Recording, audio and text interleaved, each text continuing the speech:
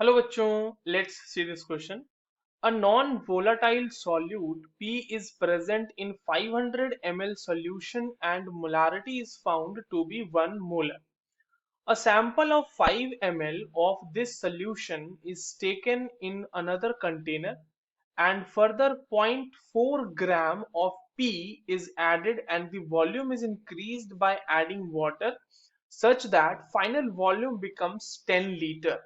If molarity of diluted solution is 10 to the power minus 3 molar, the molar mass of solute P is.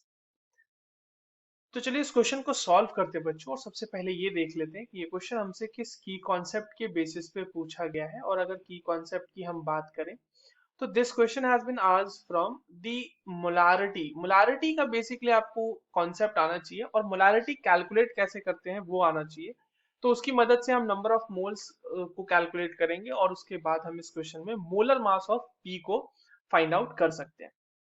अब देखिए, molarity को calculate अगर हम करें तो मोलारिटी होता है क्या है, number of moles of solute पर लीटर ऑफ सोल्यूशन. तो यहाँ पे हो जाएगा वॉल्यूम ऑफ सोल्यूशन, और ये अगर वॉल्यूम ऑफ सोल्यूशन जो है ml में है तो हमें इसे 1000 से मल्टीप्लाई करना पड़ता है, क्योंकि 1000 ml कंस्टिट्यूट 1 लीटर और molarity is given in moles per litre.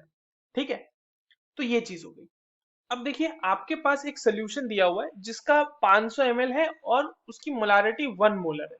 अब देखिए, इस पर्टिकुलर डेटा से हमें उतना कोई हेल्प नहीं मिलने वाला, बस इसमें हमें यह याद रखना है कि जो हमारा सोल्यूशन है वो 1 मोलर का था. यहाँ पर से एक सैंपल प्रिपेयर किया जा रहा है और उस सैंपल में 5 ml लिया गया है इस सोल्यूशन का. तो मैं इसको इस तरह से लिख देता हूँ कि number of moles of P. ठीक है, ये सैंपल प्रिपेयर किया गया उसकी बात हो रही है, सैंपल में जो बना. तो number of moles of P क्या हो जाएंगे, सबसे पहले तो उसमें 5 ml लिया गया है 1 मोलर सोल्यूशन का. तो नंबर ऑफ मोल्स हो जाएंगे ऑब्वियसली मोलारिटी इंटू वॉल्यूम, तो 1 मोलर इंटू 5, क्योंकि वो ml में है तो उसको 1000 से डिवाइड करेंगे और ये हमारे पास नंबर ऑफ मोल्स आ जाएंगे. अब कहा गया है कि इसी सैंपल में इसके अलावा 4 ग्राम नहीं सॉरी 0.4 ग्राम पी को और ऐड किया गया, तो वहां से भी नंबर ऑफ मोल्स निकलेगा, दोनों ऐड हो जाएंगे ना बेसिकली. तो 0.4 ग्राम डिवाइडेड बाय यहाँ पर पी का मोलर मास ऑफ पी, जो कि ग्राम पर मोल्स में आने वाला है. अब देखिए, इसको हम लिखेंगे यहाँ पर से 0.005 plus 0.4 molar mass of P. इसको ग्राम को भी यहाँ पर से हटा देते हैं ताकि हम लोग आसानी से कैलकुलेशन कर पाए सिर्फ. अब हमारे पास ये कहा जा रहा है कि उस सैंपल का हमने वॉल्यूम इंक्रीज करा और उसको हमने बना दिया 10 लीटर का, और इस तरह से वॉल्यूम इंक्रीज किया कि वो उसकी मोलारिटी होगी 10 to the power minus 3 molar.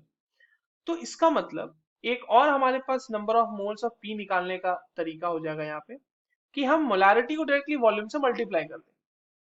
अब देखिए, ये हो जाएगा 10 to the power minus 3 into 10 litre, है ना. तो ये हो जाएगा 10 to the power minus 2 moles यहाँ पर से आ गए. अब ये वाला एनपी और ये वाला एनपी दोनों बराबर होंगे, क्योंकि ये जो सैंपल प्रिपेयर किया गया है इसी को डाइल्यूट किया गया था 10 लीटर के लिए.